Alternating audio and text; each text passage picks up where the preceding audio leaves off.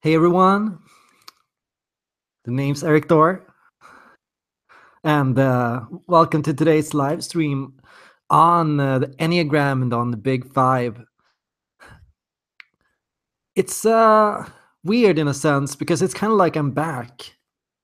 It's kind of like it's been a while, or like something is new. Like this, it's like my entire life has turned upside down since Monday. On Monday, I arrived and they told me they had to let me go. They were downscaling their business, and yeah, I'm out of a job. I lost my job, and losing your job is kind of like getting out of a relationship in a sense, because you kind of have to find who you are without that job. A job is a place you go to 8 hours a day on regular weekdays, and now I have to kind of find out, what do I do on my days? What do I do now? Where do I go next? And I'm thinking of a lot of things. I'm searching jobs all the time. I'm going through different options. Copywriter, perhaps. Communicator, perhaps. I'm working on and thinking about a lot of different options right now. And also, I feel like one thing that I would really love is a chance to get an actual publisher and to actually get time to write a real book and to actually get the hard copy published, where I can actually take time to structure my thoughts and arguments and develop them into one better, bigger book. And yeah, like you say, Verena, it's drastic. You're expected to just rebound into another one, to just move forward, and that's a process. Luckily, I think I'm the kind of person that usually deals well with these situations. Like, I tend to embrace the opportunities that these situations give, and I tend to be optimistic and confident about my ability to find uh, and make it the best out of a situation, out of a bad situation. I am the kind of person that tends to laugh in difficult situations, and I can usually, in that sense, just take a step back and just accept it and just move forward. Uh, it is not to say it's not difficult. It is difficult. Like, it brings up insecurity. Like when you lose a job, you start wondering, is there something I could have done differently? And it wasn't just me. There were a lot of people that were laid off at the same time because, yeah, the business had just grown too fast. Uh, and so for the past weeks, I've been working a lot on the Enneagram. Uh, I've been working a lot on an Enneagram test. I've gone back and forth, update. Every update I just liked better than the next one. Every update was just better than every other one. And it's just gradually become really good. It's uh, been an educational experience, to say the least, because I started out trying to make an Enneagram test the standard way, the way everyone does. But then I started challenging myself. I started saying, okay, how can I make this scientific? So I came up with the Likert scale to make it more statistically valid. I came up with and tried to think of dichotomies to measure the Enneagram with. And I tried to kind of enforce some rules and frameworks, because the Enneagram is a ruleless system. It's just numbers. It's just, oh, you can be a little of that and a little of that and perhaps a little of that. It's like going to a buffet table. The Enneagram just puts out a whole bunch of dishes for you, and you can have wings, and you can have tri-types, and you can have all kinds of different things. And pick whatever you like. Just take whatever you find tasty. That's been the kind of the principle. And I kind of felt, okay, yeah, that's great. Like, I've loved the Enneagram as it is and as what it has. But I felt like I wanted this challenge because I kind of wanted to put it into a scientific perspective. And what I ended up coming up with was this: that the Enneagram describes why people put on masks and why people feel a need to be, for example, popular, why they can be perfectionistic, why they want to fit in, and why we want to be approved by other people for who we are. The Enneagram is about our thought patterns and reinforcing beliefs and opinions we have. Our thoughts influence our behavior and our big five profile. Perfectionism can, for example, drive a person to be more conscientious. Or a 9, for example, the Enneagram 9 type, and their need for harmony tends to make them very agreeable, prone to just agree with other people and to create a sense of harmony around them. So it's kind of like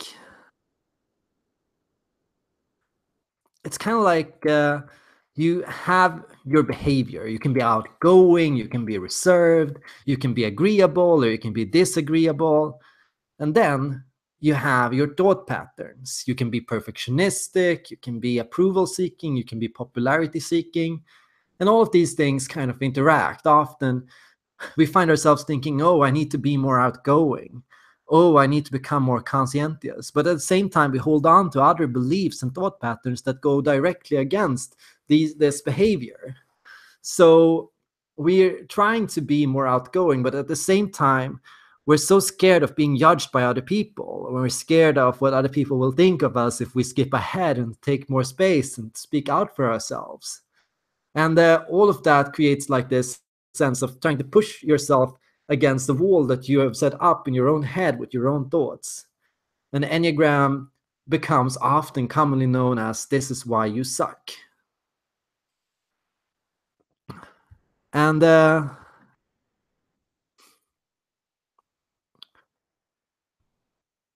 you can also find yourself thinking you want something. Oh, I want to be more perfectionistic, or oh, I want to do this or that, or oh, I want to be on time more often. And then you can find that you don't. You keep on showing up late, and that's the other perspective of the whole picture. Like your thoughts don't always contribute to your actions.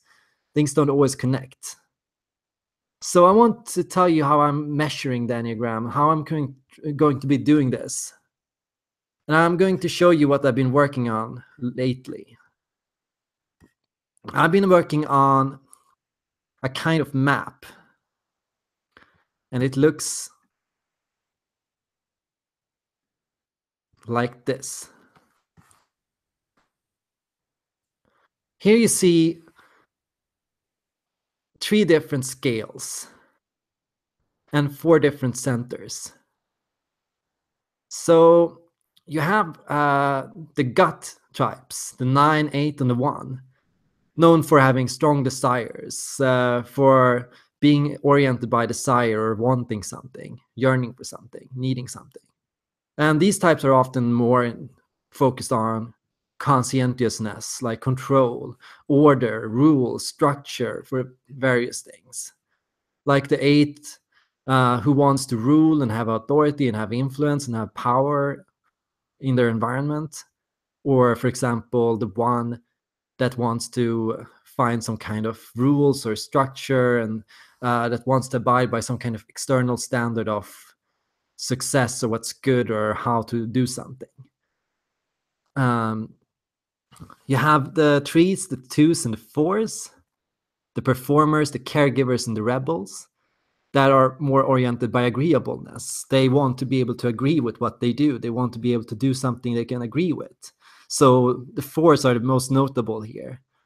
The 4s always want to act in a way that they can agree with personally, even if it means going against the society's standards, and even if it means breaking the laws, breaking the rules, as long as they can speak out for and act in a way that they can sleep well at night. My dad's a 4. He would usually say he wants to be able to sleep well at night when he goes to bed. He doesn't want to feel like a bad person. He wants to be able to live with his own decisions and who he is, even if it puts him at odds with his boss or other people around him.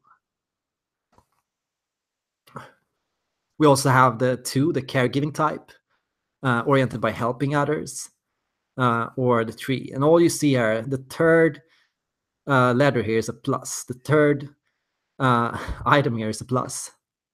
The plus in the third position means agreeableness. The plus in the last position means conscientiousness. The plus in the second position means openness.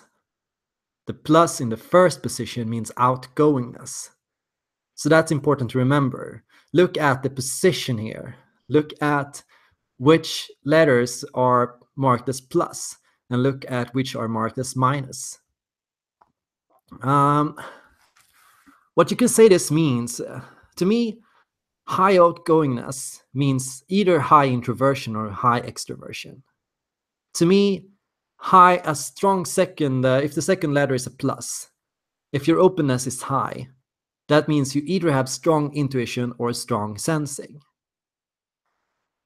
If your third letter is a plus, that means you either have strong feeling or strong thinking. So strong feeling can give a sense of, yeah, this is what I should do.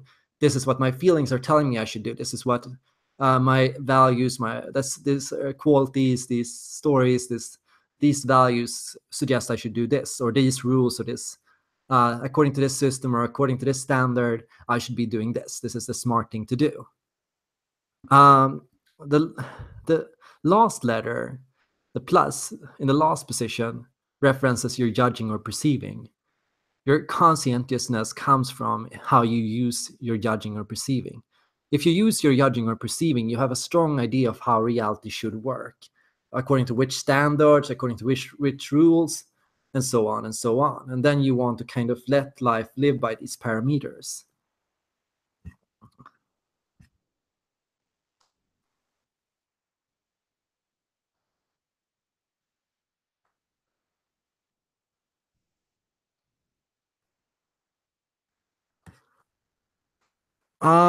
Oh, the 6 and the 9. Oh yeah, that's a mistake. Wait a second.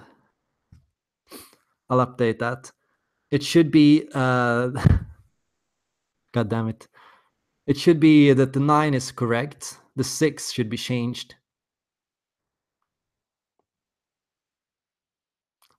The 6 should be changed to 1 second. Oh yeah. I'll get back to that in a second. 1 second.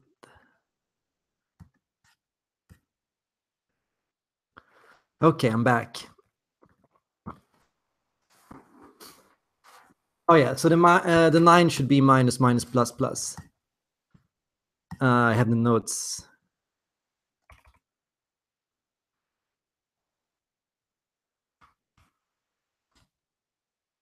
And the 6 is, yeah, so that's right. Yeah, and here's the thing, I've been changing them around a lot. And the reason I've been changing them around a lot is because, well, first I had an experimental theory. Okay, this is how I kind of think it is, or this is how I kind of think it starts lining up. And that was my prediction. I was thinking that the tree should have minus, minus, plus, plus, but I went to plus, minus, plus, minus.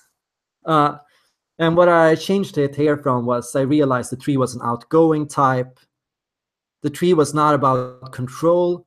The tree was about expressing themselves. So they were performers. So they were about showing the world what they can do. Hey, this is what I can do. Like, look at this. Look at what I've done. Look at what I'm good at. These are my skills. This is what I've done in my life. This is what I'm proud of. Or like, this is what I like about myself. I thought that the tree was initially a conscientious type, but I think you can all agree that the tree is more towards outgoingness than against conscientiousness. They're not necessarily so much about order or structure, but they're about doing. And what you might notice now that you're taking the test and going through it is I had to add 4 new types besides the existing 12. And they're not meant to replace Enneagram types, at least not yet. They're just placeholder results. The muse isn't so much an Enneagram, I think, as it is a kind of, Yohei Yakubishi says the tree is industrious. And yeah, exactly. They're about producing things. The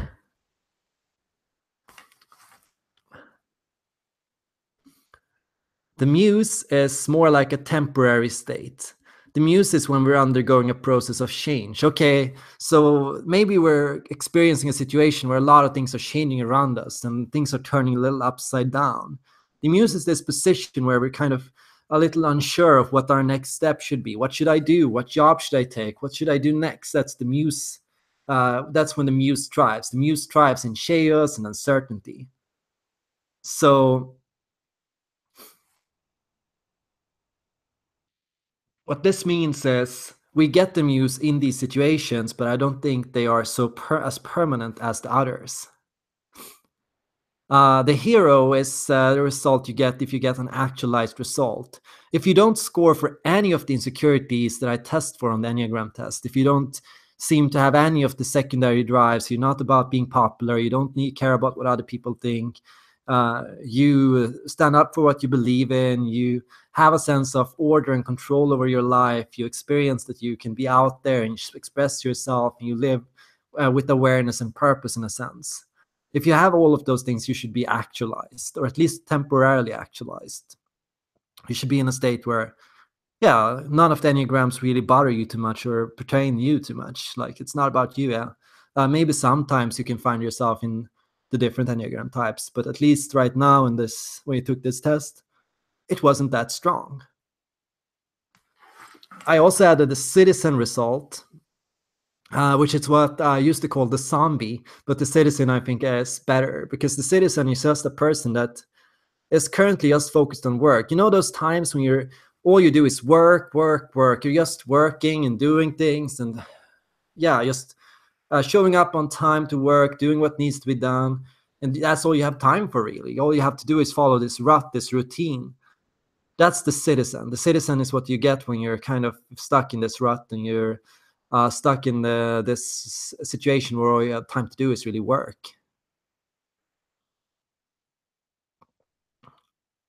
Then there is the rival, and the rival is what you get if you score high on all the anxieties and all the insecurities that I test for. You're a little about everything. So you're kind of dealing with a lot of everything at the moment. You're uh, kind of going through a period of struggles or challenges or yeah, things that are kind of weighing down on you, and you're kind of tired and exhausted and like in a bad state or in a rut in a sense that yeah, it just doesn't feel like quite good right now. So that's when you score as the rival. So I added these four to kind of counter for things that are outside the Enneagram or not really discussed by the Enneagram. The Enneagram usually doesn't really have an answer for people that say they don't really have any of the traumas or struggles associated with the Enneagram. The Enneagram doesn't really have an answer for people that are kind of in a rut or struggling with a lot of things right now.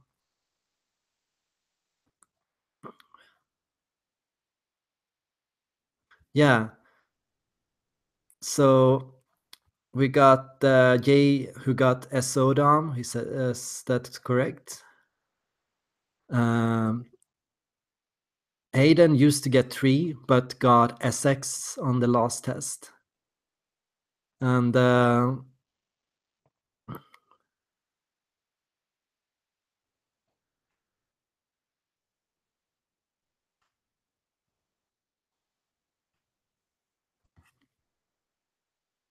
yeah, I think the instincts need a lot more love than they get right now. The SX, the SP, the SO. Um, we need to start talking about them as actual parts of, integral parts of the Enneagram. You can be, you don't have to necessarily be one of the 9 types that are listed. You can also have SX, SP, or SO as your dominant type. You need to get approval from others or to fit in or to make new friends and to feel a part of the world and of the community can be so high that it basically takes over all your other priorities. It becomes the key thing you're all about right now. And that's when you're in the social orientation, or when when you have a strong social drive. Um, the sexual drive can also be equally strong. It can be so strong that it basically becomes predominant, I write that the sexual types are people that, here's the description. The sexual types tend to be lustful types focused on enjoying and living life. They like to have things to do and want to always have new experiences.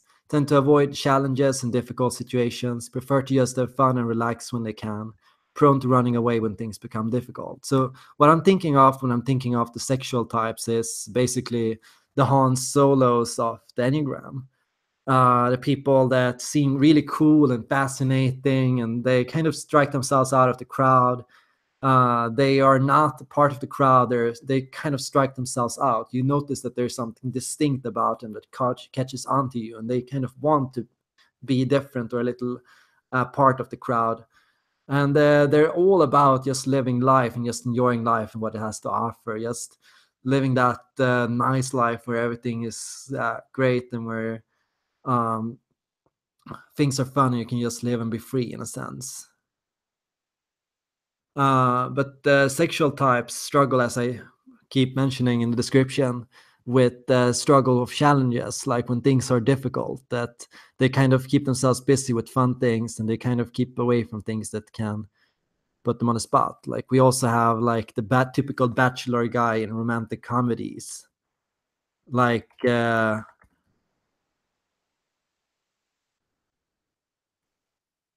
Hugh Grant in various of the romantic comedies. I think Hugh Grant can be like the perfect example of the sexual instinct and of a person with a strong sexual instinct.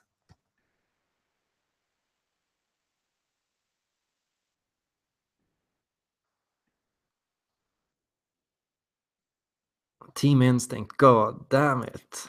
Never, never. Uh, there's also the self-preserving type that I'm still really working on and trying to understand better. When I test for the self-preserving type, what I ask for is a person that I'm gonna get the test up,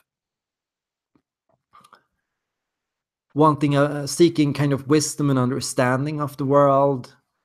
The self-preserving type should be a person that people tend to describe as wise and as peaceful in a sense. The self-preserving type should be a very accepting type. They make people feel relaxed. They help people get their needs met. They notice when other people are struggling with something or dealing with something, and they tend to be inclined to want to heal and to help and to accommodate in those situations. The self-preserving type tends to be a person that uh, wants to use and spread wisdom and insight to help other people. Yeah, it should be related to having a strongly outgoing personality, and it should be related to being an open-minded type, and it should be related to being an agreeable type. But it should also reflect a person that is kind of afraid of their own power and afraid of their own influence. The person that is afraid of their own abilities and of doing a mistake or of accidentally harming people or of using their own powers for selfish purposes. Like it should be the Jedi, the typical Jedi, the person that I don't know, seeks to and has strong self-control and tries to live in that.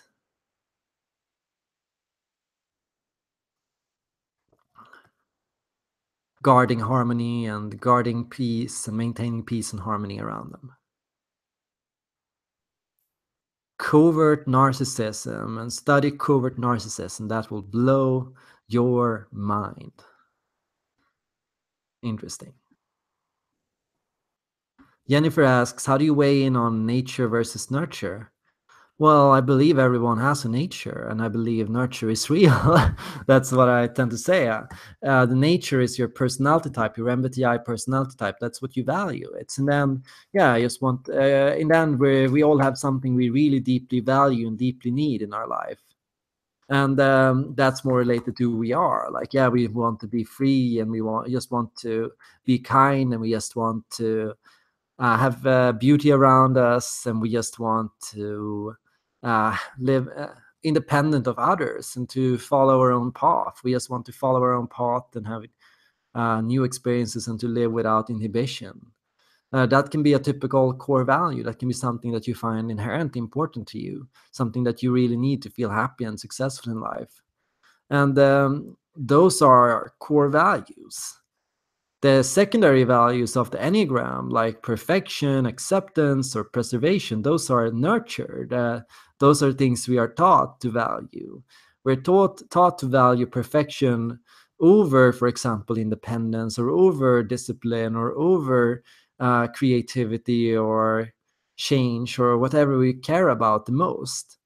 We're taught to make sure we follow the laws and that we don't follow our own sense of what's right and wrong. We're sometimes taught to focus on popularity over, for example, doing something that makes us feel free and true to ourselves. And that's what I'm working on now. I'm telling everyone, okay, if you're following the secondary values, it's that if that's what you're thinking about, like if you're all trying to conform to approval from other people, or if you're all just focused on balance and harmony at the expense of your core needs, that will make you unhappy. So question your script. Question the script you follow. Look at your script. Okay, what kind of script do I follow? And find out if it gives you what you actually want. Okay, so I'm constantly trying to be helpful to other people. I'm constantly trying to serve and get approval from other people. I'm just trying to be appreciated for who I am and for what I do.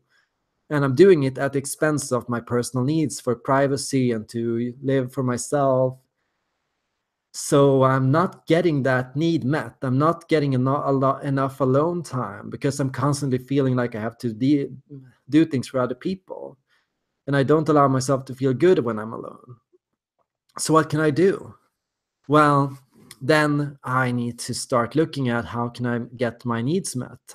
Of course, there's nothing wrong with helping other people, but how can I get my needs met while I do?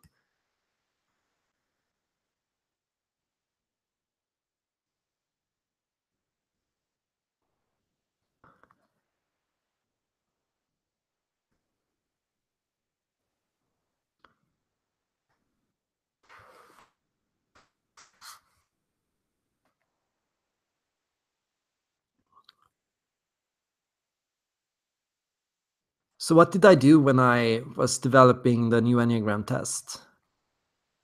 What changes did I learn? What did I learn about it? Well, I learned that the Enneagram is not about what we value. The Enneagram is about what script we follow, what we do, what we think. So when you make a personality test for the Enneagram, you have to ask questions about what people do and what they tend to think about.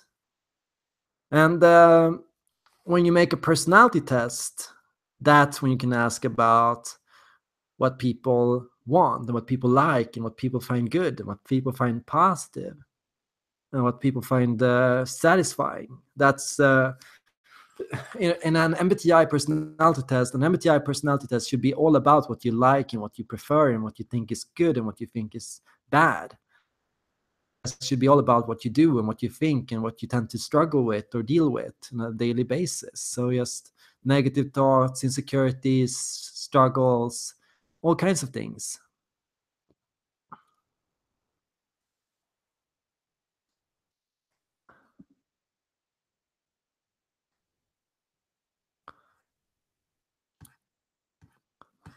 If you want help looking at your results, link them. You can link your result in the chat and I can look at them. I'll give you permission to do it. Wait a second. You should be able to do it. Yeah, Bethan, you should be able to do it.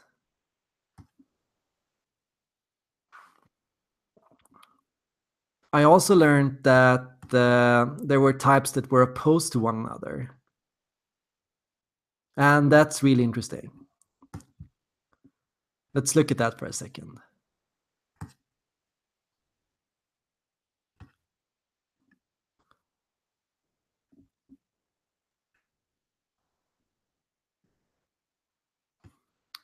So the types that I see are kind of opposed to one another. I hope this is correct now.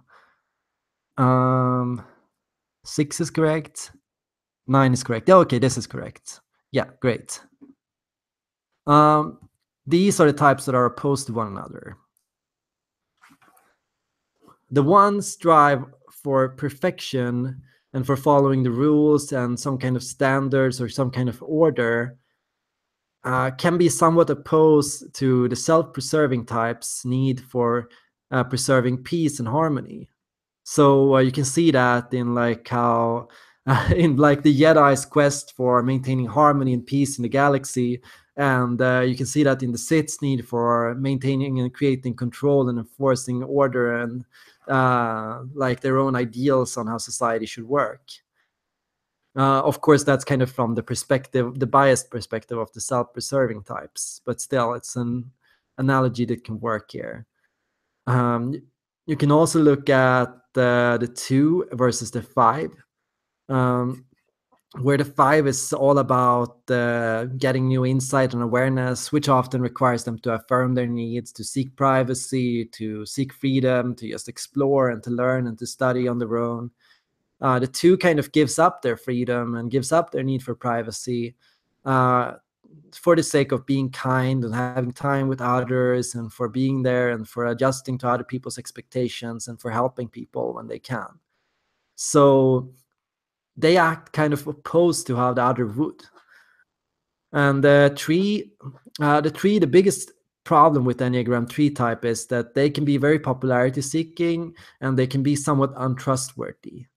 The 6 is known for being the most stable and trustworthy of the Enneagram types. You can usually always count on a 6. They usually always show up on time. They usually always do what they're expected to do.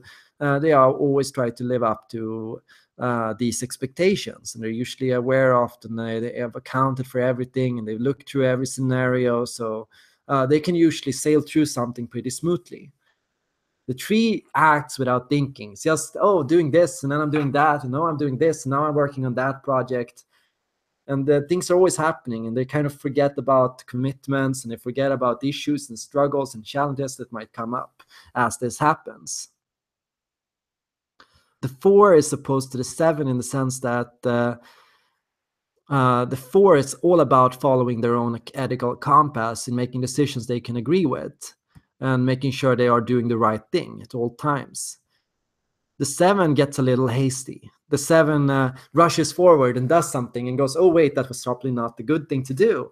That's kind of the 7 dilemma, that they can sometimes do things without thinking, and they can sometimes act against their own interests and against what they think is right.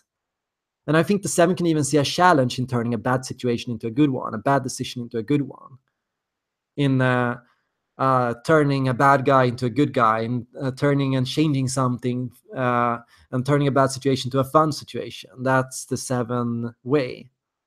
Oh, I'm not happy with the situation, but I'm going to be happy and cheerful anyways. Where the 4 would never change their emotions in that sense. Accidentally showed my YouTube now. The so is all about approval, and that's completely different from the 8. So looking at the 8, the 8 will stand up for themselves and speak out and say, this is what we should do, and they will be seeking power, even if it comes at the expense of making a lot of enemies. Where the SO type wants to be liked by everyone, the 8 creates a lot of enemies because they speak out and they're outspoken, and the people don't like them for it. They don't become appreciated for it. Even more because they often tend to be more reserved towards other people. When other people talk to them, they're less friendly and less interested in getting to know other people because they can be somewhat unsure of other people. The sexual type is opposed to the 9 in the sense that where the 9 is always about doing what's right and what's fair and what's good, and making sure they live in balance. The sexual type is all about enjoying a moment and doing what's fun and doing what's nice and basically just going out and having a good time. Where 9 is making sure that everyone else is having a good time and that everyone is happy with them, and that they're following rules in that sense.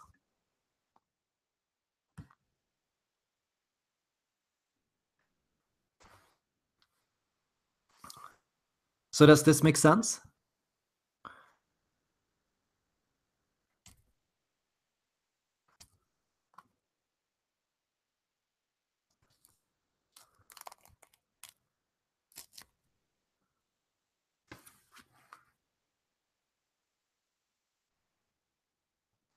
Being lawful or neutral good.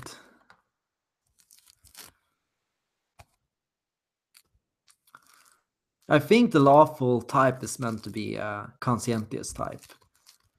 And I think the evil type, in a sense, or the chaotic type, is meant to be the least conscientious. I think that's a good definition of it.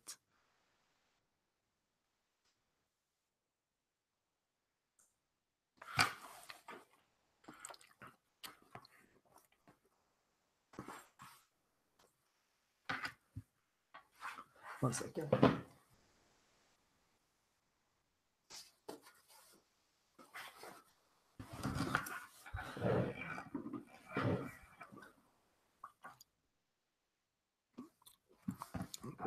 It really is Mandarin season right now.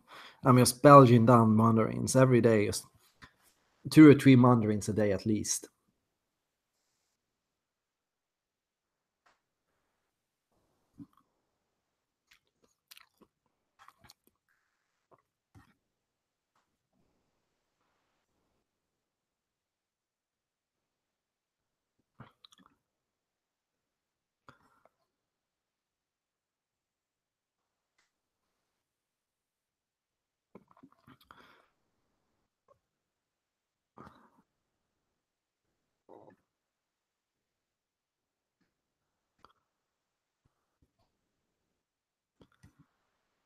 So, knowing all of this, let's take a second and look at the big 5. I probably have to change a little in the big 5 test. I just put up an early basic big 5 test a while ago, and I haven't done any statistics on it yet. I haven't done any bigger tests on it yet.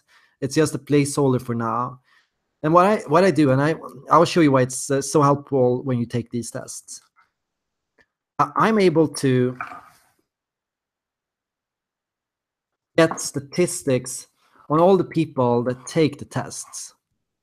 And I get the statistics, and then I can look at, for example, what results people tend to get, and how they tend to score, and how big their scores are, and how strong their scores are. And of course, what I'm looking at when I'm updating the tests is update the questions that get bad scores, update the questions that don't work, make sure people are getting the right results, make sure people agree with the results they get, make sure people can relate to the descriptions. Like, I'm constantly working over these things. I don't know how other people do when they make personality tests, but I have all the statistics I need. Like, I get everything, and that helps me really keep improving and keep making things better. If something isn't working, I find out. I find out pretty much immediately, either because everyone tells me or because I can see it on the question itself.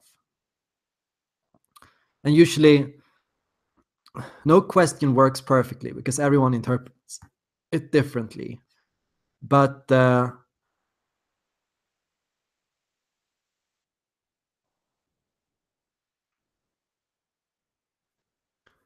everything works more or less. In 70 or 80% of the time, it works. That's the ideal. It should work in most scenarios. So what results are we getting here? Well, something I can notice is when people are getting double results. This person got a double result. They scored on both SP and SX. And that meant that they must have gotten a split score. They must have gotten the same result on 2 things, or a similar score on 2 things. Let's see here. They scored as disorganized. They scored as outgoing. they scored as uncertain, and they scored as open. So they scored as plus, um, plus, plus, minus, minus. So they shouldn't have gotten SB or SX. That must have been a bug. So yeah, basically I spotted a bug in the test, and the person didn't get the result they should have. And yeah, then I can find out why that happened, and I can fix that. Most people are getting just one result. 4s, 8s, SPs, 9s, SX, 5, 4, SX, SO, SO, 9, 1. Yeah, lots of people are getting a lot of different results. And what can that mean? Yeah, that means that the test is probably working more or less. People are getting different things. People are getting different results, and that's a good thing. If everyone was getting the same result, that would suggest an issue, usually. If I share sometimes I share the test in a group where I know which type everyone should get. For example, in a group with a lot of 5s, and then I see a lot of people getting the 5 results. So that's really good.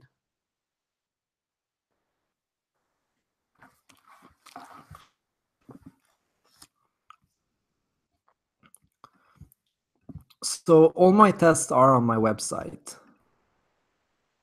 Link that I was just about to do. Great. It's all, you can find it all in the menu. You can find blog posts, you can find personality type descriptions, you can find personality tests, you can, for your MBTI personality type, you can find Enneagram test, resources on body language, and resources on the big 5, and access to our Discord, of course. The Discord is our community, where you can explore like pretty much anything. We have great discussions. People have voice chats all the time. I noticed a lot of people having voice chats. I should join up for that as well. So here's the chat. Here's the big 5. Here's resources on the big 5, a test, body language. I have a library. I've been updating the library a little, actually. First, and this is really fascinating, I type celebrities, and then I post up the results. And these are the most common results. These are of the people that I've typed. Mostly I've typed INFJs. And the core reason for that is that I've chosen the people I've typed myself. And yeah, I've looked at people that I think are INFJs, and then I just added them. I also typed quite a few INTJs. I also typed quite a few ENFPs.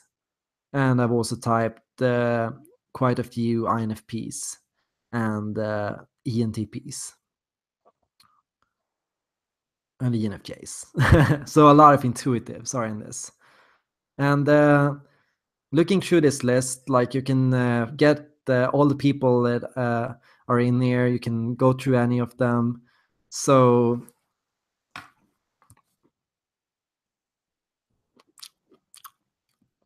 Albert Einstein is in there as an INTP.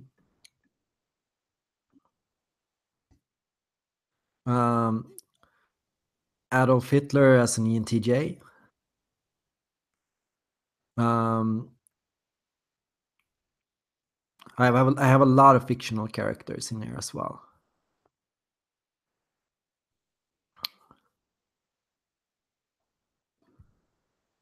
And clicking on these, you can basically scroll through all of them.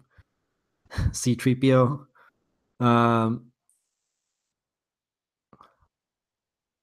Captain America, Cara Delevingne, Cameron Diaz, and ESFP.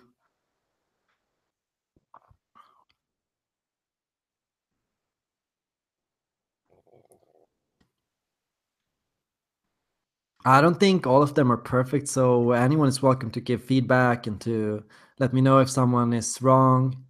And yeah, help me verify so that I've typed everything correctly and that everything makes sense. I'm trying to basically predict which core values a celebrity has, but because a celebrity can be a little hard to read sometimes, it's not always perfect.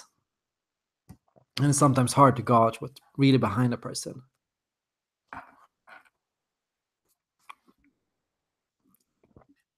Ideally, I also want to type the celebrities' enneagrams, but that's even more difficult.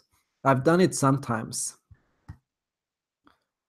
and you can scroll through these celebrity types to get a gauge of what common eights exist, what common sevens exist, what common nines exist.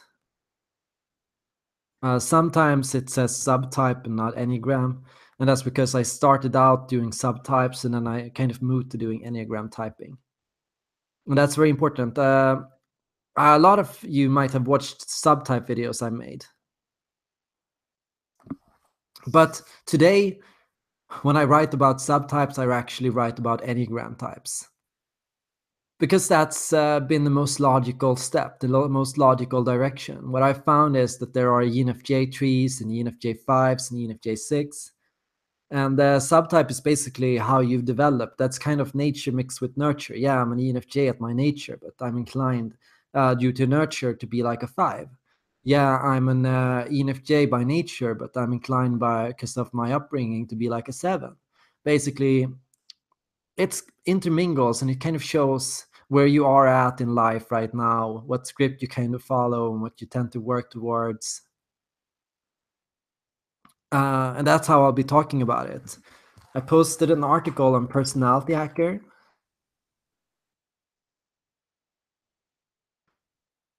I post a lot of articles on Personality Hacker. This is a series that I've been doing with Personality Hacker called the INFJ in the Enneagram, the INTJ in the Enneagram, the ENFP in the Enneagram. The latest article is the ENFP in the Enneagram. So listen up. This is what I say about ENFP Enneagram 1. The ENFP Enneagram 1 is the archetype of change. It's creative type, rebellious, contrarian, strong feeling of wanting to change and bring on their order and their sense of how the world should be. They tend to be catalysts that tend to be in active opposition to the establishment. They question teachers, parents, and society. And they say, oh, this is how it should work. This is how it should be done. This is how things should be. They have a history of fallouts in which they leave oppression behind them. For example, moving away and breaking off their chains when others try to control them. They can be brought up in smothering and controlling environments, forced to sit still, dress properly, and to avoid the muddy puddles they might want to jump in. Yeah, so ENFP ones are often people brought up in controlling environments. That's important to remember. What history does a person has? If a person has a difficult history, and there's something about eights that I think is very important. Eights are often they're often brought up feeling a little powerless. They can often be brought up in households with strong parents or authority figures that have a lot of power and control and that use their power in negative ways. And that can bring up the ENFP8 to want to take control in their own hands and to assert what they think is right and to stand up for what they believe is right when they get older. I write that the ENFP8 is a person that notices that, well, not everyone can follow what I'm thinking of. I have to constantly slow down, pause, and take a step back to get people to listen. And this can be very difficult for an ENFP to explain their thought process. And it can kind of test their patience if they have to constantly like explain how they think and all their ideas to other people and get other people to understand and keep up with them. So sometimes the ENFPA can struggle with feeling that other people are slow or stupid and can't keep up. And that can be a very difficult experience.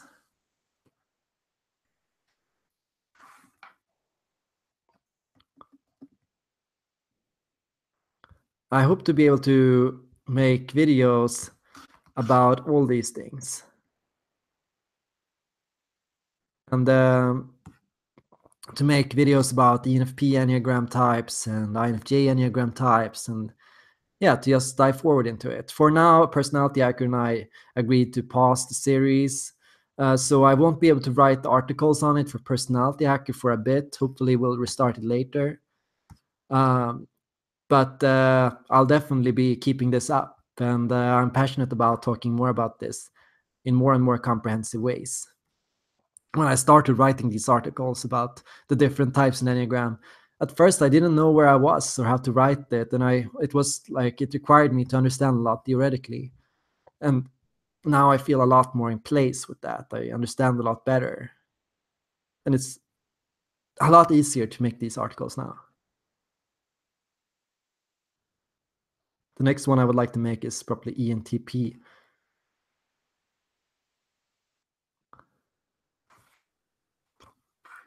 Hmm.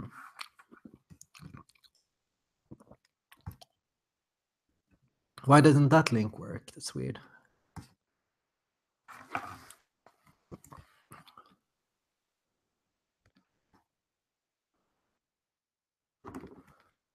Well, you can find the link in personalityhacker.com/articles. It's the most recent article, so you can find it easily there.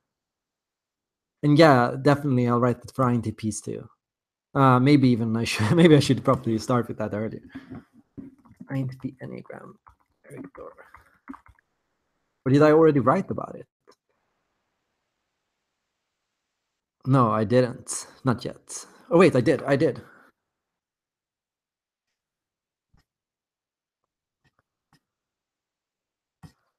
Um, so the INTP article is a lot more experimental. When you look at that, you kind of see how I've grown writing these articles. The INTP one was one of the first I wrote.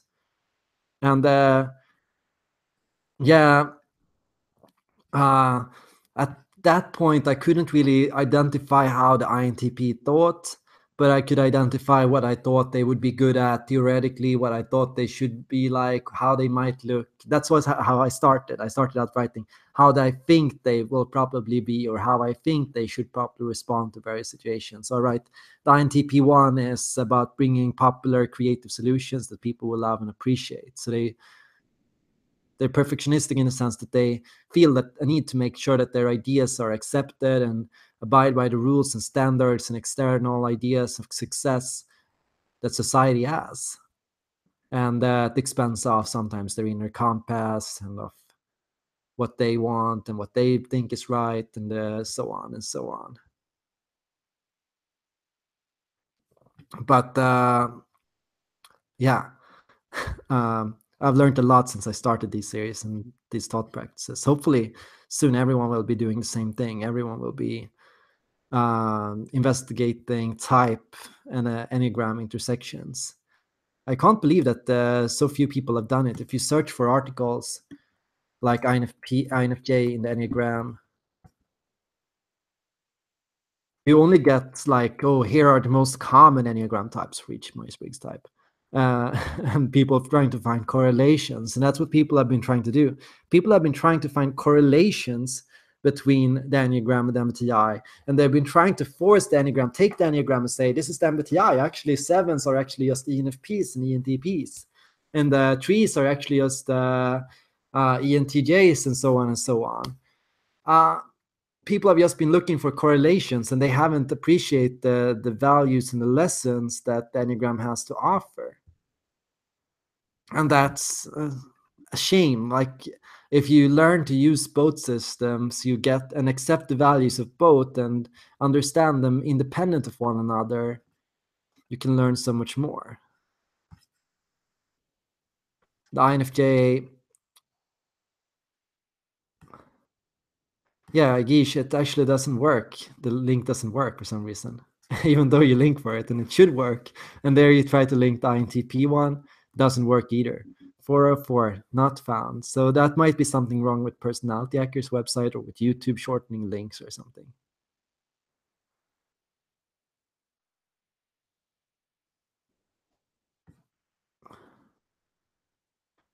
Is Uncle Sam interested in our results? Probably. Is there anything Uncle Sam isn't interested in?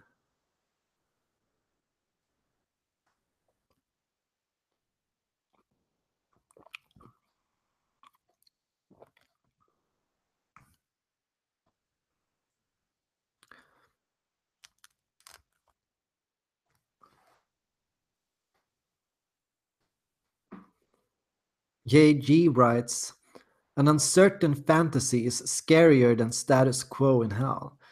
It's important here for ENFP4s not to come to identify with past worries and experiences. Rebellion is one way for ENFP4s to grow when they find themselves stuck in the prison of introverted sensing.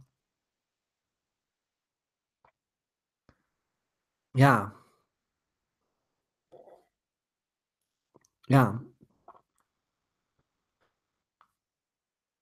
What I'm getting at is that, and here's why I keep showing you the pluses and the minuses. I know they're complicated, I know they're annoying, and I would like to find a better way to write it, but they have a purpose, they have importance. They're telling you what functions you use the most and which functions you use the least.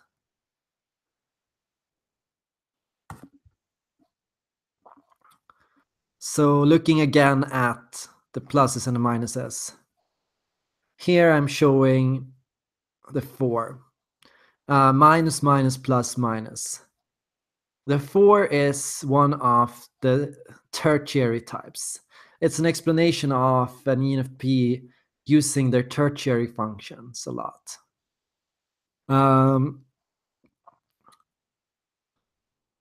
The ENFP 2 is a person using their auxiliary functions a lot.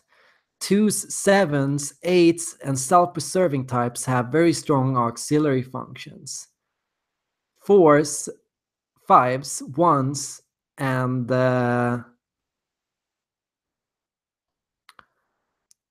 social-oriented types use their tertiary functions more.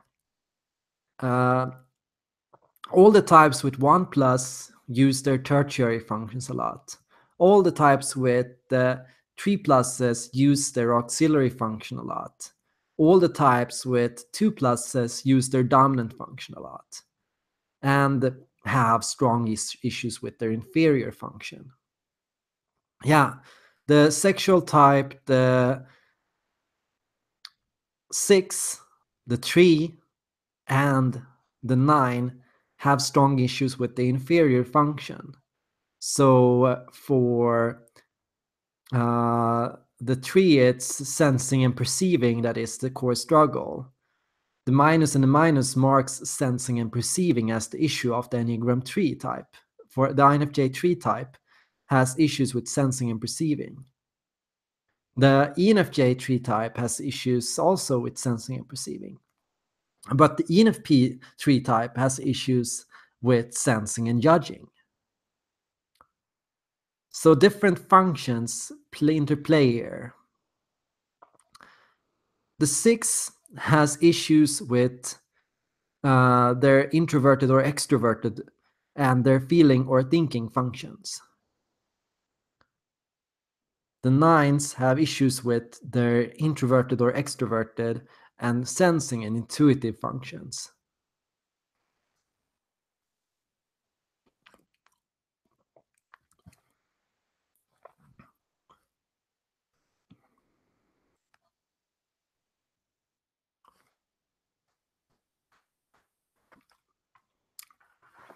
One second.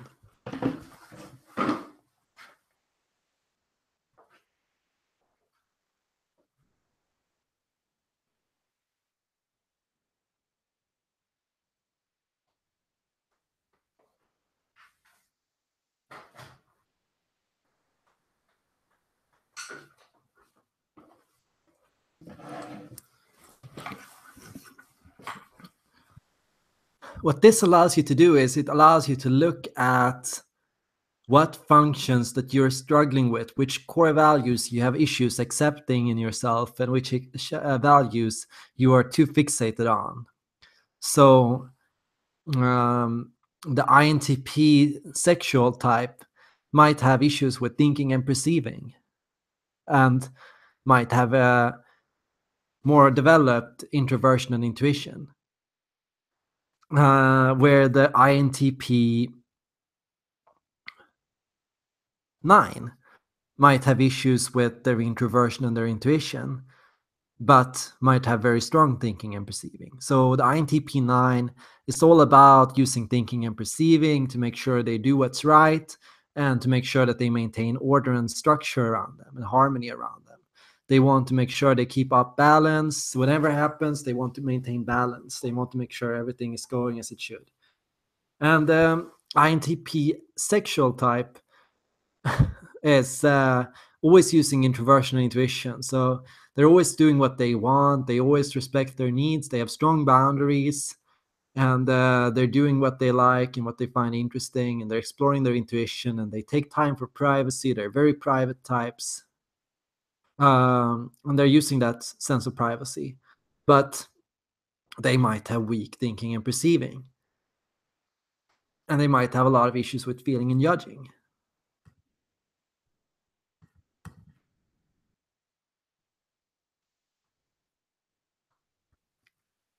So yeah, an INFJ 9 might go to ES by accident all the time.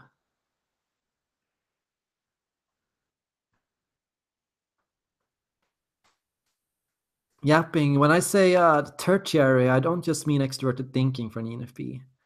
I also mean, for example, when a person, well, for the ENFP's sake, the ENFP4 would be going a lot into, one second, introversion and sensing. Like I mentioned in the article, ENFPs have a lot of issues with introversion and sensing. Beyond that, ENFP4s also have issues with their perceiving. ENFP4s tend to say they don't have a lot of control over their life and their decisions. They haven't made their own choices in life about what they want to do. They try to live and do what's right, but life keeps giving them shit in return. And that's because they're not using their perceiving functions the way they should. They're not being completely honest. They're not being, in a way, completely expressive of who they are and what they think and what they believe. And in a sense, the ENFP4 is not expressing their need for change. They're not changing themselves. They're not exploring what could happen or what they could be or what they could become next or what could happen next. Because they're also kind of in the grip of SJ. They're also kind of in the grip of discipline. So ENFP4s have issues with introversion and sensing overall. The ENFP is a perfect example of what happens when you go into introverted sensing.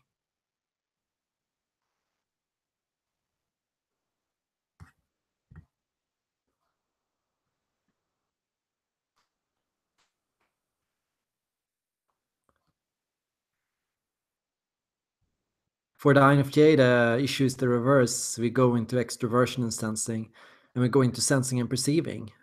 So sensing is a big issue for force, intuitive force. Why is sensing such a big issue for intuitive force? Well, because they're constantly weighed down by their past. All the tertiary types are stuck in the past. The tertiary types, the ones, the fives, the fours, they're all, and the social types as well, they're all kind of living by who they used to be and what used to be right and what they think was right in the past. And they're kind of stuck in that, and they kind of go over the same thing over and over in a sense. And it's natural then that sensing plays a huge role in that. Sensing becoming a strong guiding principle for who you are. Like when you're strongly attached to yourself and who you are, you become, of course, more slavish in a sense to, traditions and to past ideas and conceptions.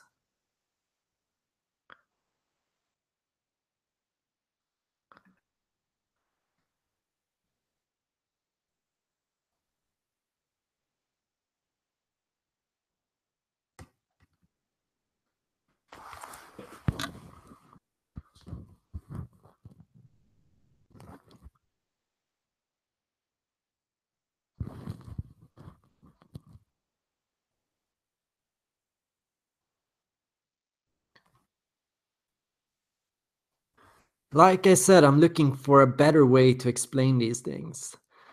But for now, this is what we've got.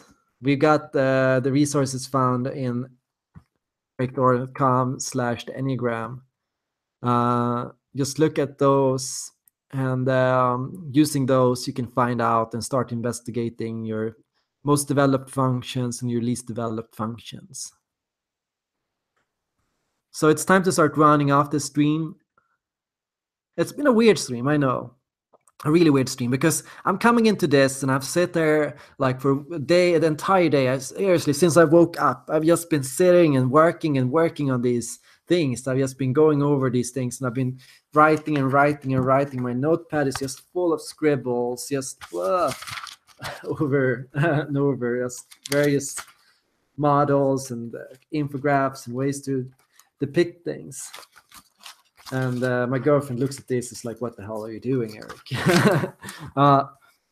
And I kind of went into this stream feeling like I still want to study more, and I still have some things to look over, and still some things I need to explain better. It's like I have an idea and I have something I want to tell you all, but I don't know how to tell it.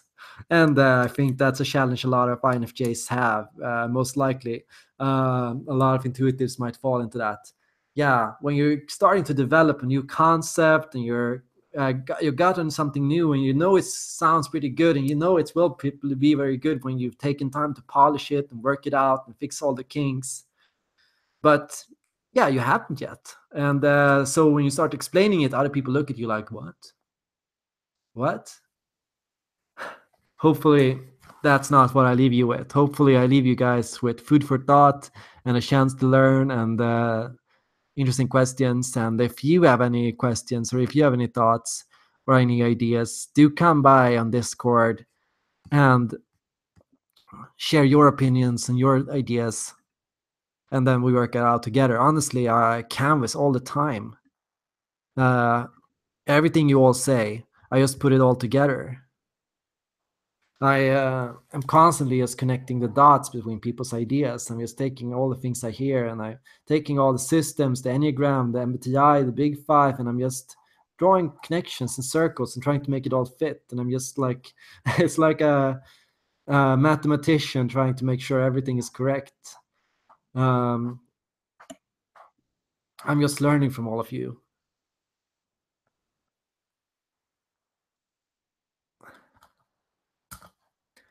And I'm having a great time while I'm doing it. My 5 side in myself is having a blast.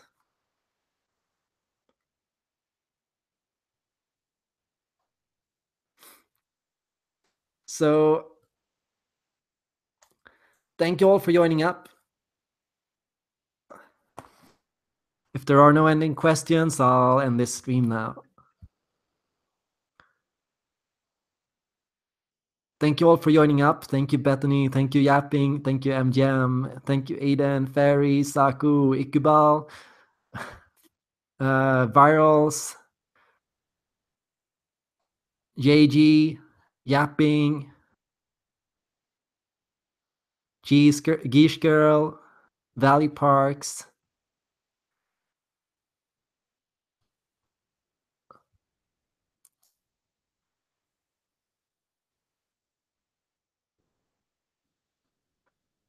Can I develop a video on 9v8? Well, I will develop the 9v8 video when I have really started to understand wings better. Because right now I don't know exactly how to understand wings and how to use them. I haven't gotten there yet. It's like I haven't started on that part yet. So I can't really do that yet. But maybe in the future. See you on the flip side, aka Discord. Yes, let's have a post-stream voice chat.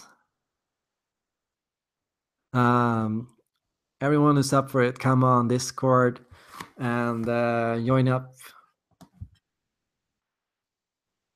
I post the link again.